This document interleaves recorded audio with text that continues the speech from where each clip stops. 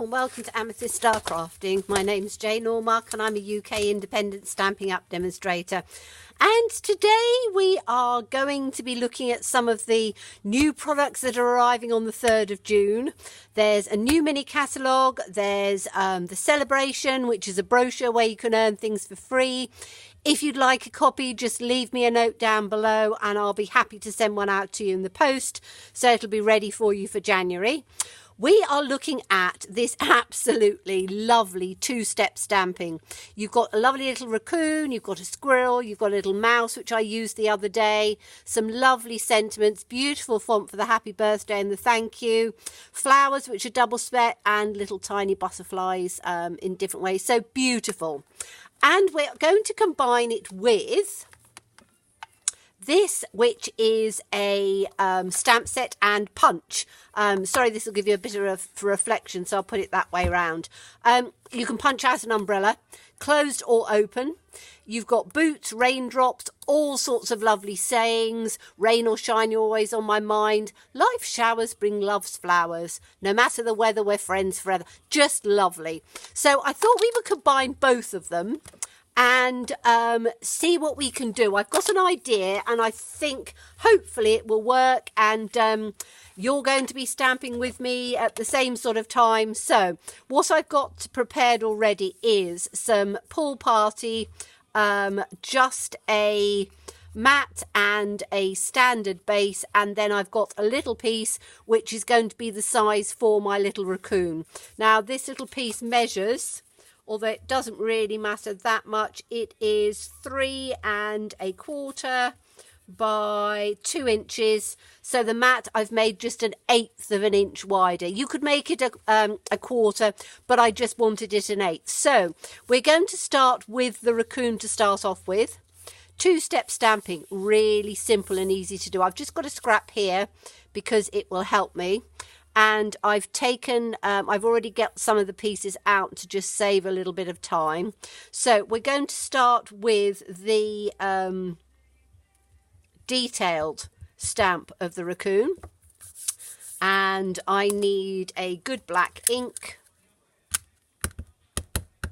Now we have lots of different dies that you could die cut this out, you can fussy cut it out, you can build it up in layer, you can do all sorts with this, but I wanted to keep it fairly simple because I think there's going to be enough detail in on the cards. So I'm going to put the raccoon just in on the centre here, or as near to the centre as I can do it. I should have put it on the grid paper, but there you go.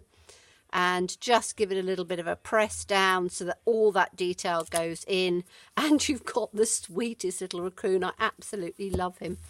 As you know, line drawings are my absolute favourite. Not being an artist myself, it gives me the opportunity to be able to become an artist.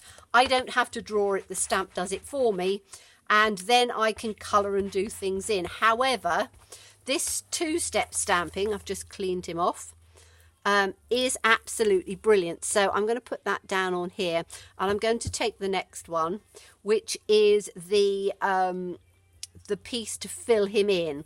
Now I'm going to do him on crumb cake, and I don't want him too dark. I want him fairly light, so I'm just inking him up first. That's why I've got the paper, because I just want to stamp off once. And then I am going to line him up. Now, lining up, the easiest thing I find is, and hopefully my head won't come in too much, but if you line up the ears and the way his body sort of comes, there's a little sort of dip where the top of his legs come, and put that in, you have then got a beautiful coloured raccoon. Now, I can do him again, because as I say, I don't want him full strength, but I want just a little bit more colour. So I'm going to stamp off again, just lightly. And then again, you can line it up several times. You can use the Stamparatus, as I did before on one of them, but just line him up, press him down. That's better. That's the sort of colour I wanted. So I don't want him too dark. If you want him too dark, then just do him full strength. But I wanted him sort of, you know, quite sort of pale. But as you can see, his little hands are clasped together. So I thought The weather here in the UK has been absolutely horrendous. We have got rain upon rain upon rain upon rain. There's local rivers and things starting to flood, and it's all looking pretty miserable. So I thought that we would do the little raccoon with an umbrella. So I'm going to take the other stamp set, and there is the umbrella cane. Now, I could punch it out, but I don't want to cover up the raccoon too much. So I'm just going to use the handle and just stamp that. So let's take, I was going to maybe do some flowers and things, so I've actually put the flower one on here, but I don't want to have the flower. I just want to have the, put that on there. I just want to have the cane, the umbrella handle. Actually, it could make a cane as well. You could have him with a top hat and a cane. That's another idea, isn't it? Okay, so let's just do this. This is going to be the handle of the umbrella. I'm doing it in black, and I don't want it to cover his face, so I'm literally going to have it coming off at an angle, just like that. Perfect. Okay, so that means that the umbrella is going to come at a bit of an angle. I might have to do a little bit more of that umbrella handle. I don't know. We'll have to see how it works out. Okay, so I'm going to put him to one side for now. If you look in the in my case, I've just made myself a template. I find it easier, so I don't waste anything when I'm trying to stamp the whole lot out at the same time. If I make a template, I can then stamp within that template and then just take the punch straight through, and it'll cut everything out perfectly. So I keep that in the case. Right, now we want the umbrella. So I've got a scrap of paper. We're going to move him just out of the way. And I'm going to do the umbrella first. And I think my scrap's probably a little bit... yeah, it should be all right. I try and normally line my... Whoops, take it the right way around, using the Stamparatus. I quite often do it so I have enough handle to poke it in, but we'll have to see, and if not, there's a way of doing it. So I'm just going to do the umbrella in the black, because that gives me the outline that I want. And then I'm going to put him, he won't fit in that way, so he's going to have to go this way, and I'm going to just have to fiddle it down, put it in that side, and just press it down. And hopefully, because I haven't done this one without lining it up, I should be able to just punch out that bit of the umbrella. I don't want the umbrella white, but we're going to use the flowers from the other set. So let me just have a quick look and see if I can... Yes, I can get that in perfectly, I think. Yep, fine. Don't need to panic. Okay, so the next bit we're going to do is we are going to take our base. So I've already got Pool Party, and I'm going to take both of these pieces because we have... in here we've got two different flowers. Now these are two-step as well, so if you look on there you can do the two-step, but I actually want to make my own background by using these little images. So I'm going to take them out first, so they're just on there, and then I'm going to take I want quite a small block on here, because if you have too big a block when you've got a small image, it's easy to rock it. That's my Stamparatus. Get my blocks out, and I just want this little one will do. So the little A block is quite good, because what it does then is, by choosing different blocks, if I have it on this one, for example, unless I line it completely up, it's easy to get it just a little askew. So by putting it on a small block like this, you know that you are stamping it completely straight. So we're going to create a background first with this. So we've got the Pool Party. We'll start with that one. and I'm just literally going to ink it up full strength and then just randomly stamp. I should be able to get 3, although Pool Party is quite a pale colour. Whoops. So some off, some on. And again, it doesn't have to be, not a huge amount of it is going to show. So don't panic sort of too much about it. Just sort of take it through a little bit randomly. So that'll do on the blue. Then I'm going to use So Saffron, because I want sort of reasonably pastel-y colours. So inking up the So Saffron and again just sort of stamping it. Now when I stamp it off the edge, I need to make sure that I'm not doing it too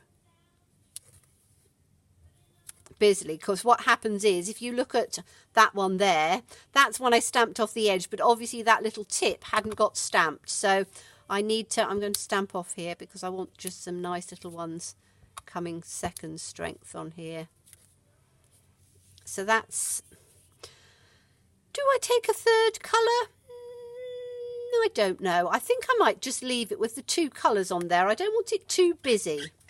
Okay, you could always fill it up as much as you want, and then you could even just put a sentiment on it and have it as a lovely flower card, which is why these stamp sets are lovely for using lots of things. So I want to then take the umbrella before I've punched it out, and I'm going to do with the tiny flowers, I'm going to decorate the umbrella.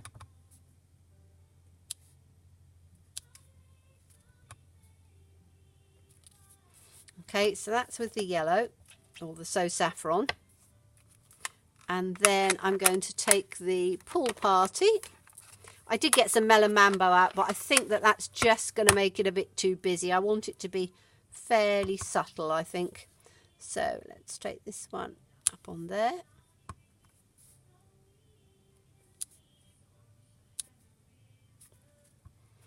The Pool Party is quite pale, so it doesn't come out as much as that. So I'm literally just sort of stamping it.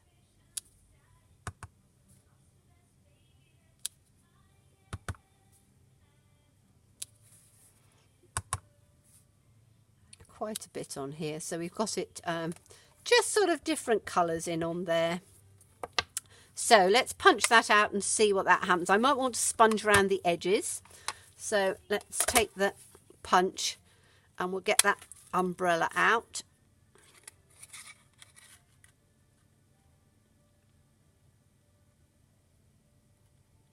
Line it up in there. There's a little sort of divot at the top, so they're relatively easy to line up. So let's, oh, there we go. So that's my little umbrella, and I will sponge round it actually, because I don't want it to be, I want it to look quite umbrella-like. So have I got, what colour is that? Oh yes, that's got one that's a bit sort of greeny, but I should have washed some of my sponges first. Let me just, that's better. So I'm just going to take round the edges of this.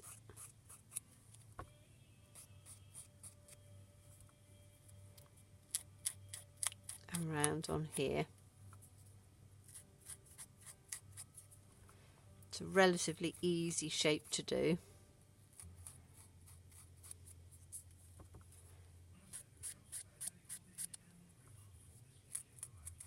That side like that. So that gives us our little umbrella, which I think will work perfectly like that. I don't need to do the other bits on it. And then I just need to, let's have a little look at this and see how it's sort of working. So I might need to add a little bit more on here, but if we've got that on there like that, this little piece is going to come in on the center, so I can then see whether I need some more in on there. he's going to come in there, as I say, just with 1/8 of an inch border, because I don't want too much, with the little umbrella coming out. Oh yes, that's going to look quite nice. Now all we need to do is to take a sentiment. So I've got the happy birthday. Now I could just literally stamp it straight down at the bottom because that's quite pale. In fact, I might do that. Let's just keep it fairly simple. You could cut it, do it on layers, mount it up, but I think it'll work just quite simply. So let's ink this up. And the nice thing about photopolymer is that you can obviously see exactly what you're doing. So if I put, this is going to come in on here, so let's make sure that that's fairly sort of centered. Needs to come up a little bit, doesn't it? Okay, so this is going to come down like this. Pop my head in, I'm afraid. Put that on there. That's quite a little one. I am rocking it just a little bit because I want to get all of the words in. Lovely. Happy birthday at the bottom. And then we can start putting it together. So let's take this scrappy bit of paper out from underneath. I always just use plain paper because then all I can do is just screw it up and put it straight in the bin. Okay, so I just need some glue. Would be a good idea, wouldn't it? Right, it's just over on my other bit of my desk. So let's get my wet glue out. And I've had a few people ask me why I have washi tape around my glue. Well, I do quite a few classes. And when I do the classes, everybody has their own glue. So the easiest way for me to differentiate between my glue and somebody else's, rather than putting my name on, is I just put a piece of retard washi tape on. So you will see all sorts of different coloured bits of washi tape on my glue, because that's it's the first time I've used it today, so I might need to just give it a bit of a pull out of the top there. There we go. That should be fine now. No, put the lid on. Give it a good shake. And then it's going to come out in a great big huge blob. Alright, there'll be a little, sometimes if you just grab hold of it, can you see on there, there's a little piece that had just got stuck on it. So we've got a bit of a blob on there, but that's fine because we'll just smooth it round quite easily like that.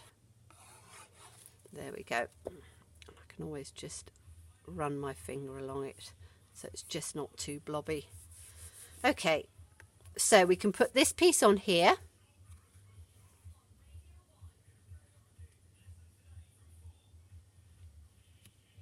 And I've done this one with the 1/4 of an inch border. And have we got a card base to put it on? Yes, I think we have. That one will do. That shape's quite nice. So we'll put it on there as well. Whoops. Slide it up a bit. It's on here.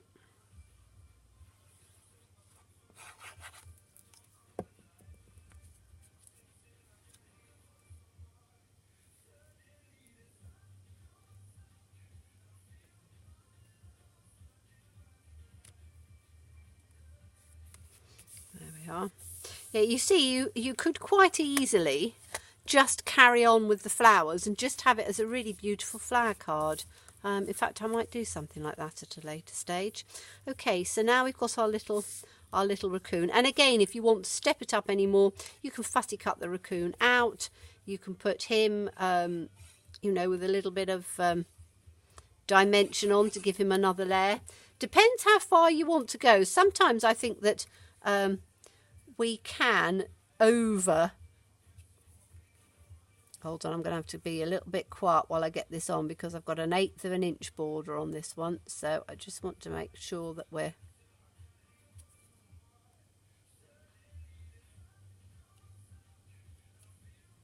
level with 1/8 of an inch. There we go. yeah, so you can, I think sometimes we can, what they say, over egg it. You know, you can almost have too much in on there. So we're going to have him in the center. And again, it's how many dimensionals do you put on? I don't think I want too many. I think I want to have this down just with the glue. And I'm just going to have the umbrella up with the dimensionals.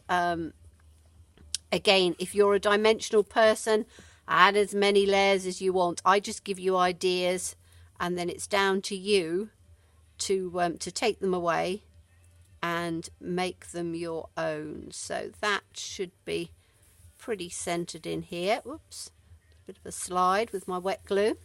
And then we'll put the dimensionals in on here. Now we've got a little bit of a ridge on here, so I need to make sure that it doesn't become too lopsided, but we'll see. We'll put a dimensional there, and we'll put a dimensional there, because I think the curve of the umbrella is going to be enough to stand it.